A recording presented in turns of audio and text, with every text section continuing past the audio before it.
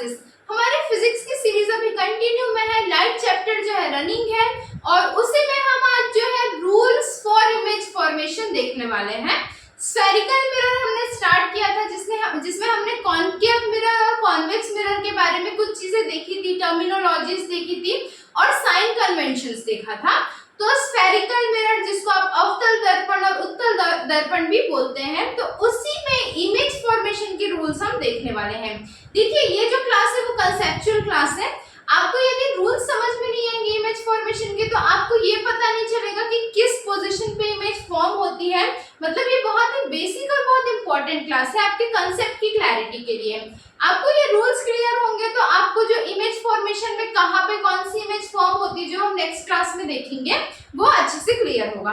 तो स्टार्ट करते हैं आज का सेशन। जो लोग भी नए हैं वो लोग चैनल को सब्सक्राइब कीजिए, लाइक कीजिए, शेयर कीजिए। भाई आपका सपोर्ट बहुत वैल्यूएबल है मेरे लिए और बहुत अच्छा लग रहा है। ज्यादा से ज्यादा लोग जो है वो चैनल को अपना समर्थन दे रहे हैं, सपोर्ट दे रहे हैं, प्यार दे रहे हैं, उसके लिए थैंक यू सो मच। तो स्टार्ट करते हैं आज की हमारी जो क्लास है वो लाइट जो है हम देख रहे थे। इससे पहले लाइट में हमने लाइट के बारे में देखा था, उसकी properties, plane mirror, spherical mirror का हमने स्टार्ट किया था। प्लेन मिरर में इमेज फॉर्मेशन देखा था, उससे रिलेटेड कुछ एग्जांपल्स टाइप के न्यूमेरिकल्स भी देखे थे। तो आज हम क्या स्टार्ट कर रहे हैं, रूल्स फॉर इमेज फॉर्मेशन। कि भाई जब हमको इमेज फॉर्म करना है तो क्या करना होगा, कुछ रूल्स हमको चाहिए होंगे। तो एक एग्जांपल के साथ, ये एग्जांपल मैं किस मिरर का ले रही हूँ, ये एग्जांपल है कॉनकेव मिरर का।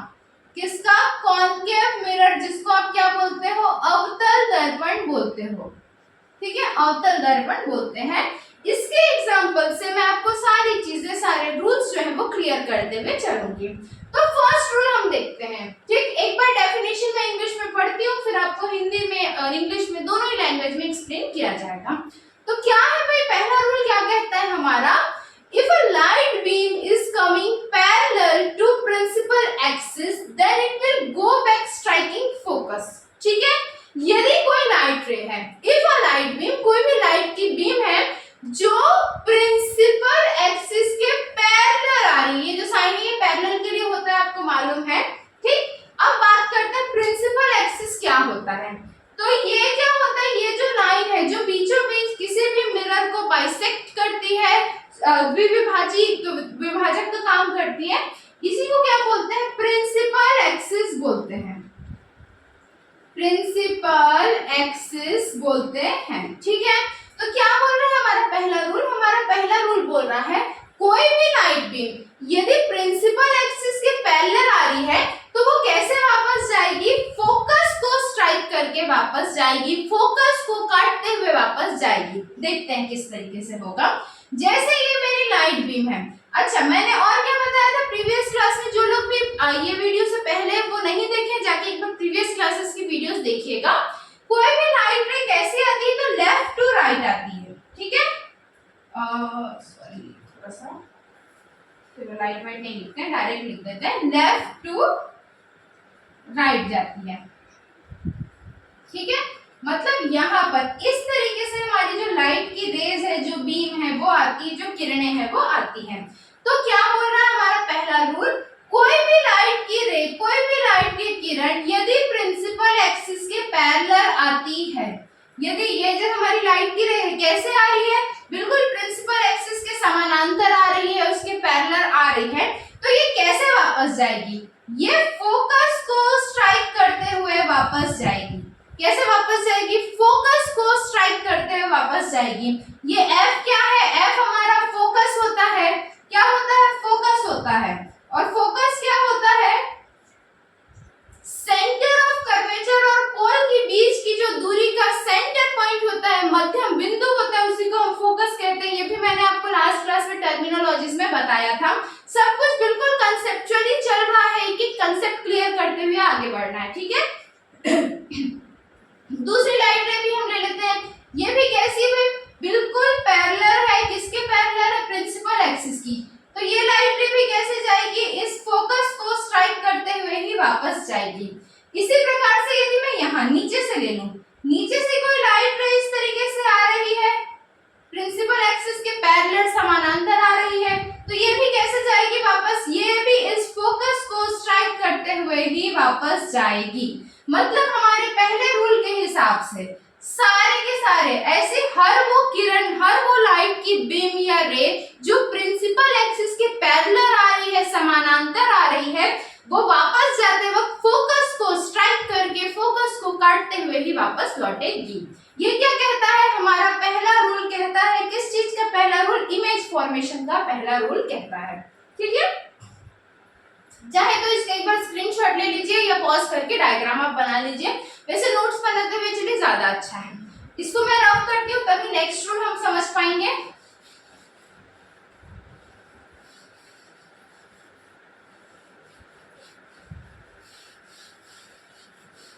ठीक है, दूसरा रूल भी एक एक करके यहीं पर ही हमको देखते हुए चलना है।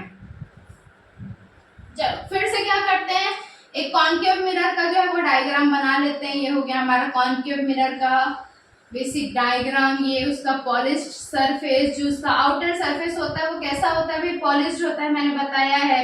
ये कौन सा पॉइंट है? इसको पोल बोलते हैं, जिसको पी से डिनोट करते हैं। यहाँ पे कहीं पे क्या आएगा? हमारा सेंटर ऑफ कर्वेचर आएगा, और सेंटर ऑफ कर्वेचर के बीचों बीच क्या आता है? फोकस आता है। ये लाइन क्या कहलाती है? प्रिंसिपल एक्सिस कहलाती है। ठीक है, अब देखते हैं कि हमारा जो दूसरा रूल है मिरर इमेज फॉर्मेशन का, वो क्या कहता है। पहला रूल आई होप सब लोगों को क्लियर होगा। कोई भी डाउट होता है आप लोग कमेंट करके बिल्कुल पूछिए सारे डाउट्स। ठीक है, सब कुछ क्लियर किया जाएगा। दूसरा रूल हमारा कहता है, all light rays coming from infinity are considered parallel to principal axis। ठीक, अब क्या बोल रहे हैं? जो दूसरा रूल है, दूसरा रूल कह रहा है ऐसी कोई भी लाइट की रे, कोई भी लाइट की किरण जो इन्फिनिटी से आ रही है, अनंत से आ रही है। इन्फिनिटी हमको पता है क्या भाई कहाँ पर है? 4 किलोमीटर है, 5 किलोमीटर है, नहीं पता।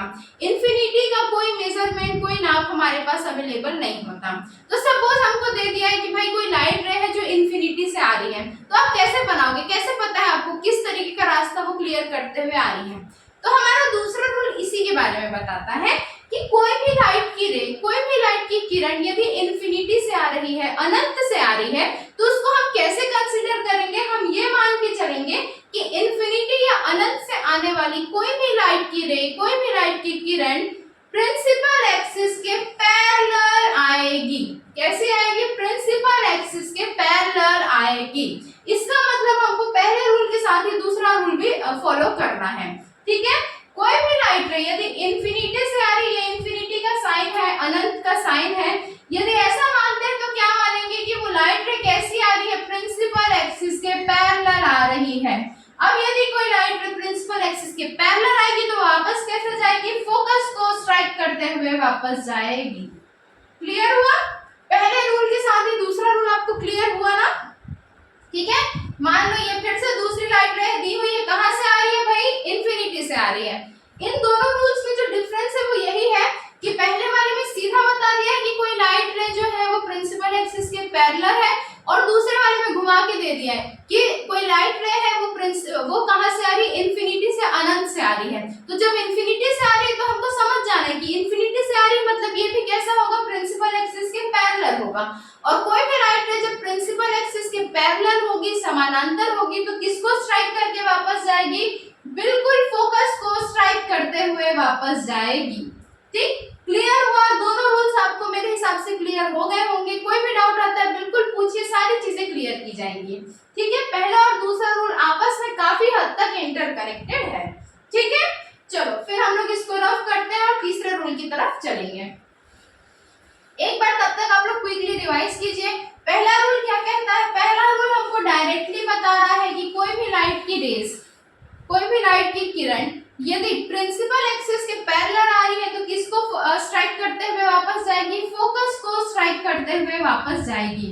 और दूसरा रूल क्या कहता है? दूसरा रूल कहता है कि भाई हमको यदि कहीं पर दे दिया गया है कि कोई भी लाइट की रे, कोई भी लाइट की किरण जो है वो इन्फिनिटी से अनंत से आ रही है, तो उसको हम क्या कंसीडर करेंगे? उसको हम प्रिंसिपल एक्सिस के पैरेलल या समानांतर कंसीडर करेंगे। ठीक, चलो C for centre of curvature, F for focus, P for pole और PA मतलब होता है प्रिंसिपल एक्सिस। ठीक है, शॉर्ट में लिखती हूँ मैं। तीसरा रूल हम समझते हैं। क्या बोलता है भाई हमारा तीसरा रूल? इमेज फॉर्मेशन का तीसरा रूल कहता है all light rays coming by striking focus returns parallel to principal axis। मतलब पहले रूल का बिल्कुल उल्टा क्या कह रहा है, तीसरा रूल कह रहा है। पहले रूल का बिल्कुल उल्टा क्या कह रहा है, तीसरा रूल कह रहा है। क्या बोल रहा है, कोई भी लाइट की रे, कोई भी लाइट की किरण यदि फोकस को स्ट्राइक करते हुए आ रही है, जैसे एग्जांपल लेते हैं, ये एक लाइट की किरण है, ये कैसे आ रही है भाई, ये फोकस को स्ट्राइक करते हुए, टच करते हुए आ रही है, ठीक है। कोई भी लाइट की रे इंक्लाइन कहां पे आएंगी, सरफेस को ही टच करेंगे ना, इसके आगे तो नहीं जा सकती क्योंकि पीछे का एरिया पॉलिश्ड होता है, ये मैंने बताया है आपको। तो कोई भी लाइट की किरण, कोई भी लाइट की रे फोकस को यदि स्ट्राइक करते हुए आ रही है तो ये वापस कैसे जाएगी, प्रिंसिपल एक्सिस के बिल्कुल पैरेलल ये वापस जाएगी इस तरीके से, ठीक है। दूसरी लाइट की लेने लेते हैं, ये भी कैसे आ रही है भाई, ये भी बिल्कुल हमारे फोकस को स्ट्राइक करते हुए आ रही है, तो ये भी कैसे वापस जाएगी, इस प्रिंसिपल एक्सिस के पैरेलल या समानांतर वापस जाएगी।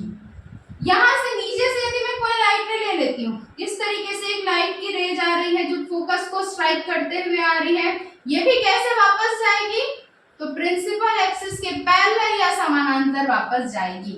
ये क्या कहता है, ये हमारा तीसरा रूल कहता है, ठीक है। क्लियर हुआ। पहले रूल में क्या था कि कोई भी लाइट रे यदि पैरेलल आ रही है, प्रिंसिपल एक्सिस के समानांतर आ रही है, जैसे ये प्रिंसिपल एक्सिस है तो ये लाइट रे आ रही है, तो वो कैसे वापस जाएगी, फोकस को टच करते हुए जाएगी। तीसरा रूल हमारा क्या कह रहा है कि यदि कोई भी लाइट की किरण फोकस को टच करते हुए आ रही है तो वो कैसे वापस जाएगी, प्रिंसिपल एक्सिस के पैरेलल वापस जाएगी, प्रिंसिपल एक्सिस के समानांतर वापस जाएगी, ठीक है। चलो यहाँ तक के सारी चीजें आप लोगों को क्लियर होंगी। जो भी डाउट्स है बिल्कुल पूछिए, 1 से 2 बार वीडियो देखिए, आपको क्लियर समझ में आ जाएगा सब कुछ।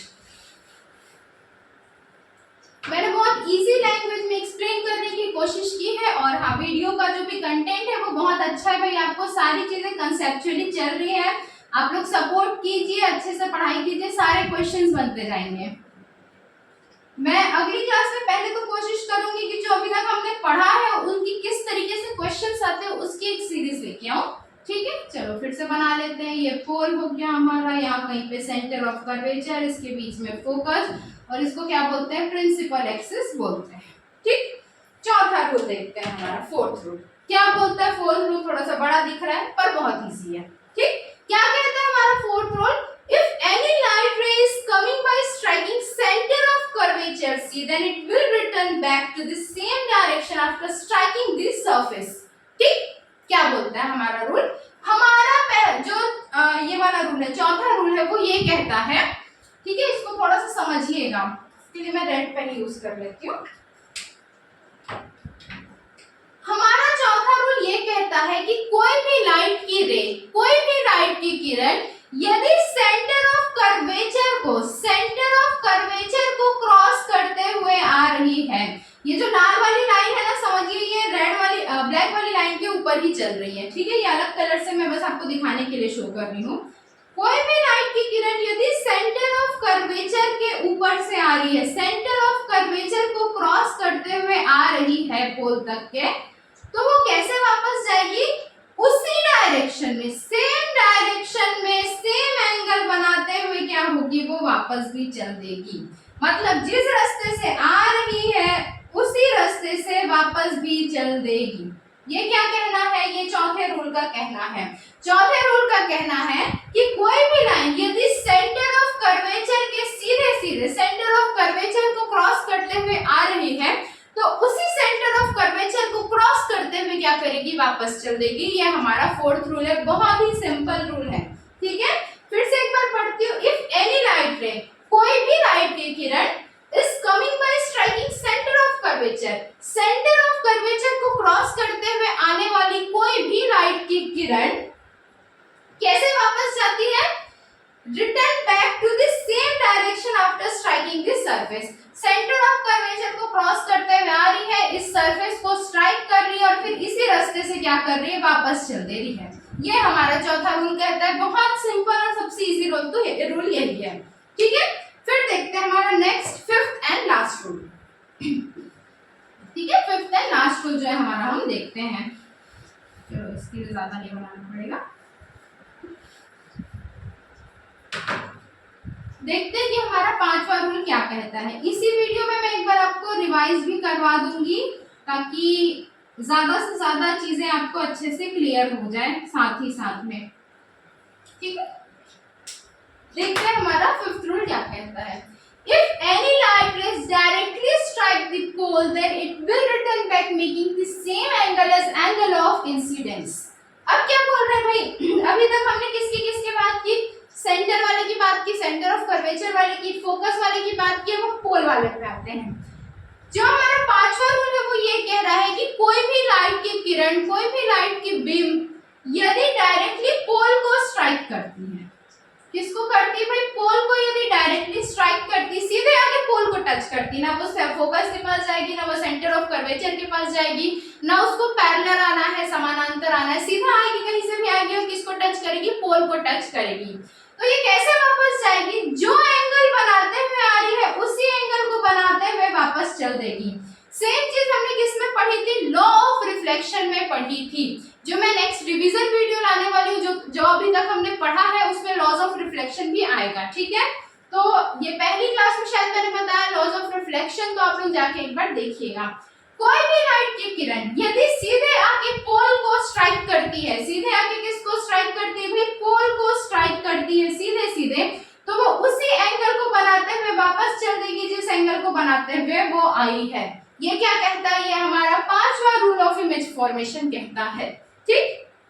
चलो क्विकली एक बार रिवाइज करेंगे सारी की सारी चीजें। और हाँ, होम साइंस के लिए जो है मैंने आप लोगों से पोल क्रिएट करके पूछा था, एक क्वेरी ली थी, तो काफी सारे लोगों को लगा है कि होम साइंस की क्लासेस आनी चाहिए, तो बिल्कुल नेक्स्ट वीक से जो है होम साइंस की क्लासेस भी हम स्टार्ट करने वाले हैं, ठीक। तो अपना समर्थन भी बना के रखिए।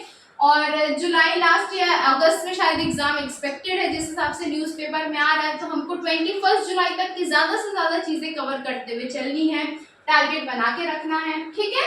देखते हैं कि रूल्स क्या क्या कहते हैं। पहला रूल हमारा कहता है कि कोई भी लाइट की किरण यदि प्रिंसिपल एक्सिस के पैरेलल आ रही है, प्रिंसिपल एक्सिस के समानांतर आ रही है, तो कैसे वापस जाएगी, फोकस को स्ट्राइक करते हुए, ये जो फोकस है उसको स्ट्राइक करते हुए क्या होगी, वापस जाएगी।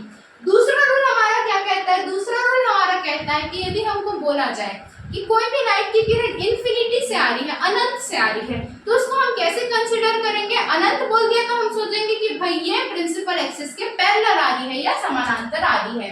ये क्या कहता है, हमारा दूसरा रूल कहता है इमेज फॉर्मेशन का, ठीक है, प्रतिबिंब निर्माण का दूसरा रूल यही कहता है। थर्ड रूल हमारा क्या कहता है कि कोई भी लाइट की किरण यदि फोकस को स्ट्राइक करते हुए आ रही है, फोकस को टच करते हुए आ रही है, ठीक है, इस फोकस को टच करते हुए आ रही है, तो वो कैसे वापस लौटेगी, वो प्रिंसिपल एक्सिस के पैरेलल या समानांतर वापस लौटेगी। ये किस रूल का जस्ट अपोजिट है, पहले रूल का जस्ट अपोजिट है तीसरा रूल। चौथा रूल हमारा क्या कहता है, सबसे सिंपल रूल है चौथा, कि कोई भी लाइट की किरण यदि सीधे सीधे सेंटर ऑफ कर्वेचर को क्रॉस करते हुए आ रही है, तो वो किस रास्ते से वापस जाएगी, बिल्कुल उसी रास्ते से सरफेस को स्ट्राइक करेगी और फिर सेंटर ऑफ कर्वेचर को टच करते हुए क्या करेगी, वापस हो जाएगी। ये जो सेंटर ऑफ कर्वेचर है, सपोज इसी रास्ते से ऐसा आई है, तो इसी रास्ते से क्या करेगी, वापस भी चल देगी, जहां से आ रही है वहीं से वापस चल देगी। और पांचवा रूल हमारा क्या कहता है, पांचवा रूल जो है हमारा लॉ ऑफ रिफ्लेक्शन को दर्शाता है कि कोई भी लाइट की किरण, कोई भी लाइट की रे जो है वो यदि पोल को आगे डायरेक्टली टच करती है, तो जो एंगल बनाते हुए वो आ रही है उसी एंगल को बनाते हुए वो क्या करेगी भाई, वापस चल देगी, ठीक है। जो एंगल बनाते हुए आ रही है उसी एंगल को बनाते हुए वापस चल देगी। ये हमने किस में देखा था, लॉ ऑफ रिफ्लेक्शन में देखा था कि angle I is equals to क्या होता है, एंगल आर। एंगल आई मतलब एंगल ऑफ इंसिडेंस, जिसमें लाइट की किरण आ रही है, और एंगल आर क्या होता है, एंगल ऑफ रिफ्लेक्शन, मतलब सरफेस को स्ट्राइक करने के बाद, टच करने के बाद वापस जाने वाली जो किरण है परावर्तन के नियम के साथ, उसको क्या बोलेंगे, एंगल ऑफ रिफ्लेक्शन बोलेंगे। ये मैंने आप लोगों को पहली क्लास में बताया है। तो आज की क्लास में ये सब देखते हैं। कल से हम लोग जो है बहुत इंपॉर्टेंट इन्हीं को बेस लेके, आज की क्लास को बिल्कुल लाइटली नहीं लेना है, स्किप नहीं करना है। इनसे डायरेक्ट क्वेश्चन यदि बनते हैं तो यहाँ से बनते हैं, लेकिन इसको बेस लेके हर क्वेश्चन सॉल्व किया जा सकता है इमेज फॉर्मेशन का। तो ध्यान रखेंगे, कंसेप्ट क्लियर करते हुए चलेंगे और हाँ, आपका सपोर्ट भी बना बना के रखेंगे, वो मेरे लिए बहुत ज़्यादा इंपॉर्टेंट है। आप लोगों के सपोर्ट से बहुत मोटिवेशन मिलता है, खुशी मिलती है और अच्छा करने के लिए जो है बोलते हैं ना, अभी प्रेरणा मिलती है। ठीक, तो चलो फिर मिलते हैं अगली क्लास में। Okay bye, take care.